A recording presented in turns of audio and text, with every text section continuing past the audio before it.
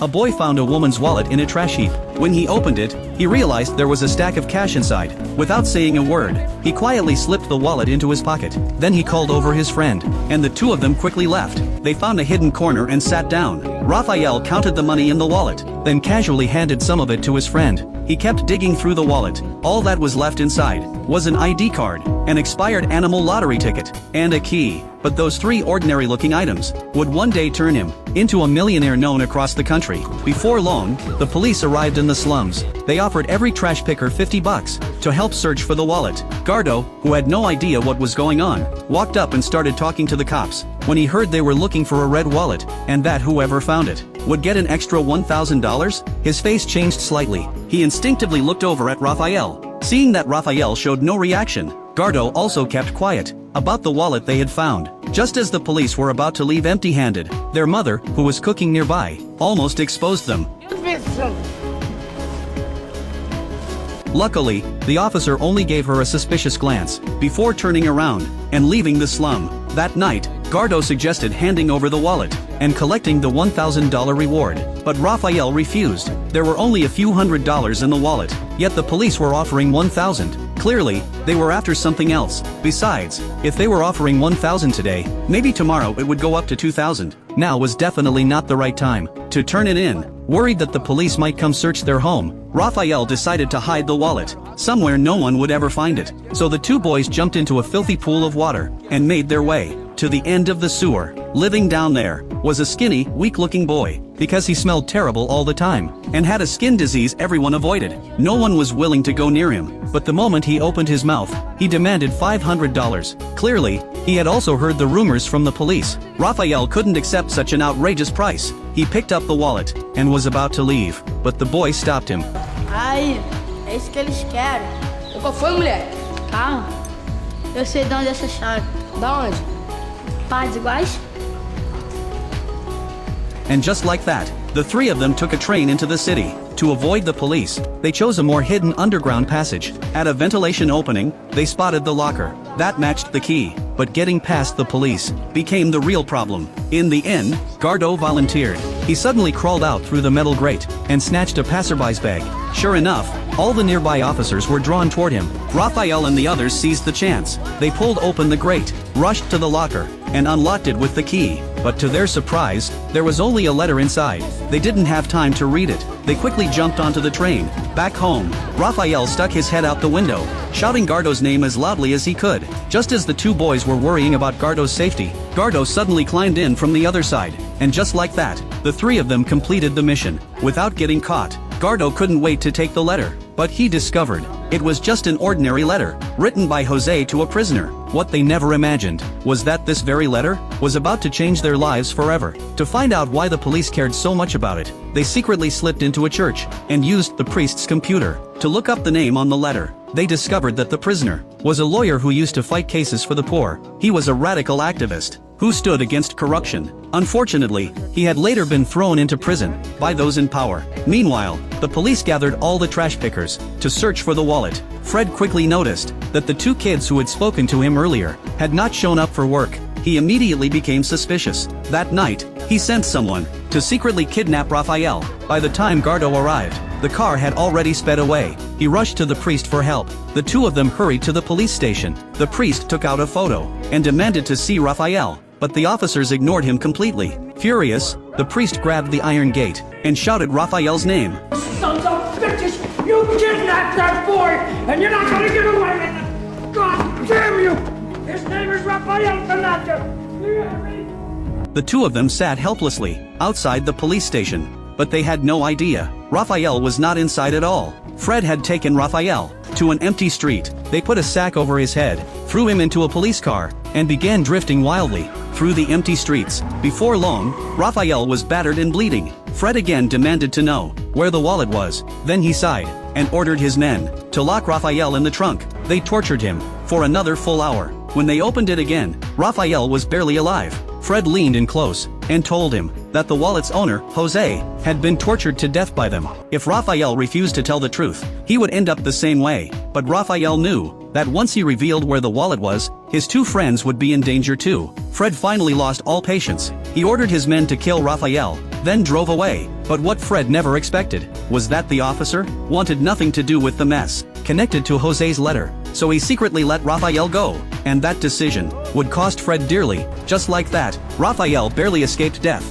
The next day, the badly injured Raphael was found by people on the roadside. They quickly carried him into the church. As the priest stitched up his wounds, he hinted that if they had found the wallet, they should hand it over while they still had the chance, but they had already paid too much for the secret behind that wallet. Raphael had nearly lost his life. How could they possibly stop now? After the priest left, the boys fell into confusion. The only clue they had was the name of a prisoner. It seemed like it was time to ask for outside help. They found the priest's assistant and told her Raphael was in serious danger. He needed a professional lawyer to sue the police department, but no ordinary lawyer would dare take the case. As it happened, Gardo had a grandfather who was a lawyer. The only problem was, he was currently in prison. The assistant was confused. Why would they need to find him? Gardo answered helplessly.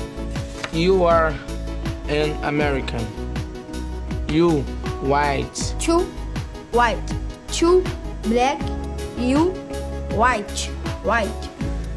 And so, the assistant agreed to help. The next day, she went with Gardo to the prison. Even with the advantage of being a white foreigner, they still had to pay the guards $500 before they were allowed in. Fortunately, she finally got to meet the prisoner. At first, the old man didn't trust her. He thought she had come there to profit from the situation. But when Gardo said Jose's name, the old man's expression became serious. O que ele disse? Are you talking about Raphael? No. Você era my nephew. Você está com a carta aí? Não. Tá aqui. Decorei ela todinha.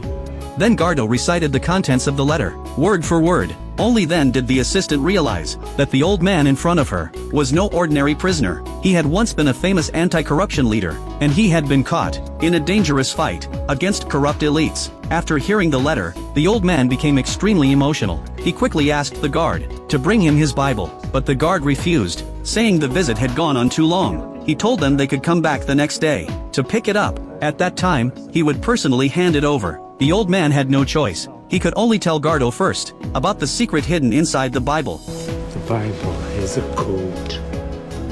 Page, chapter, verse. Simple, you understand easily. São duas Bíblias idênticas que usamos para mandar mensagens. Use a minha para encontrar o que o Zé Ângelo me deixou. Você tem que achar. Ajuda a gente.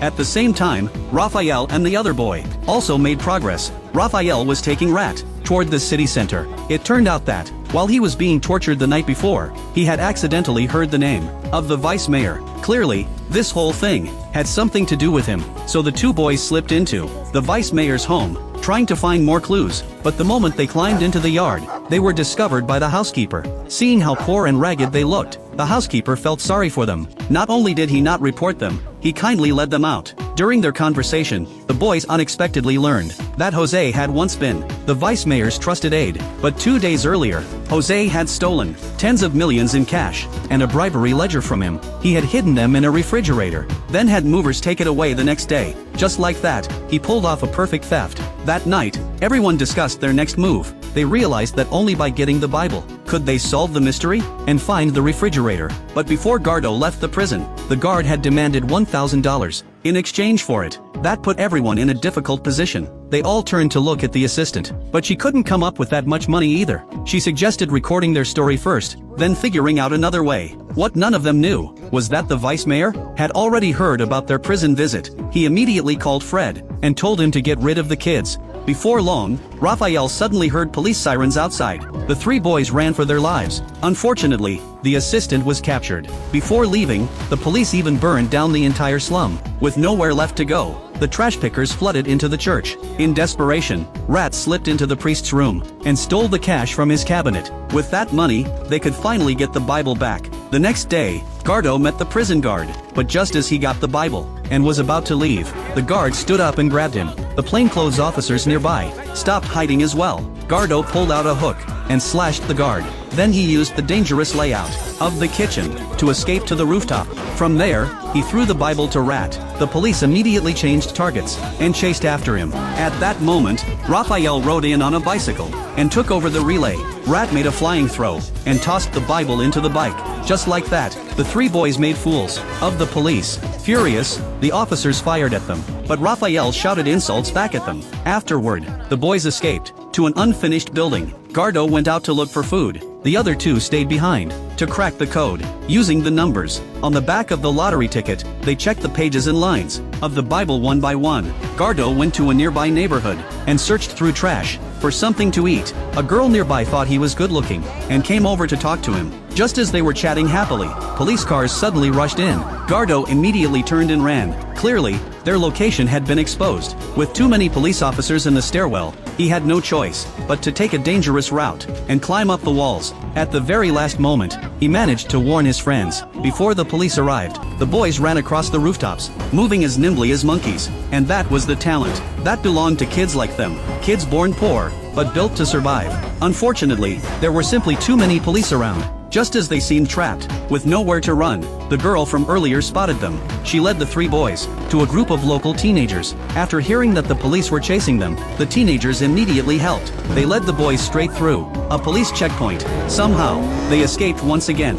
Soon after, Fred arrived there too. On the wall, he saw that the decoded numbers were actually a phone number. By then, Raphael had already made the call. On the other end of the line was a cemetery. It turned out that Jose had hidden everything in a grave, following the Bible's instructions. They arrived at grave number 17. Just then, a little girl suddenly appeared. Shockingly, she was Jose's daughter. She and her father had once promised to meet there, but now, she would never get to see him again. While they were talking, Fred arrived. He grabbed the other two boys and brought them in front of Raphael. Then he forced Raphael to tell him which tomb the things were hidden in. Although Raphael hated it, he had no choice but to tell the truth. Fred then ordered them to break through the wall and dig up the grave. Soon, the coffin was dragged out. When they opened it, it was filled with cash and the bribery ledger. Thrilled, Fred called the vice mayor and said he had found the ledger, but the tens of millions in cash were gone. Just as Fred was secretly celebrating, he had no idea the girl had quietly moved behind him. She picked up a stone tool and smashed it against his head. Raphael immediately picked up the gun from the ground and pressed it against Fred's head. His friends told him to shoot. His hand began to tremble, although he was furious, gritting his teeth in rage. In the end, he still couldn't pull the trigger. He punched Fred hard in the face. Then he left the cemetery. With the money, they threw the bags of cash into a garbage truck and returned to the place where they had lived for more than 10 years. Their goal was to help the poor there finally turn their lives around. Raphael carried 3 bags of money to the top of the hill. Then he scattered millions of dollars down over the slum. When the poor saw the money falling, they immediately dropped their work and rushed to grab the cash. Meanwhile, Rat secretly returned to the priest's room. He paid back 10 times the money he had stolen, and he left behind the vice mayor's bribery ledger. The priest and the assistant decided to expose the crime online. Soon, major media outlets began reporting the story. Countless citizens started worrying about Raphael and his friends, but what they didn't know was that the boys had already taken the last bag of money to the beach, and there, they began a life of freedom that everyone else could only dream of.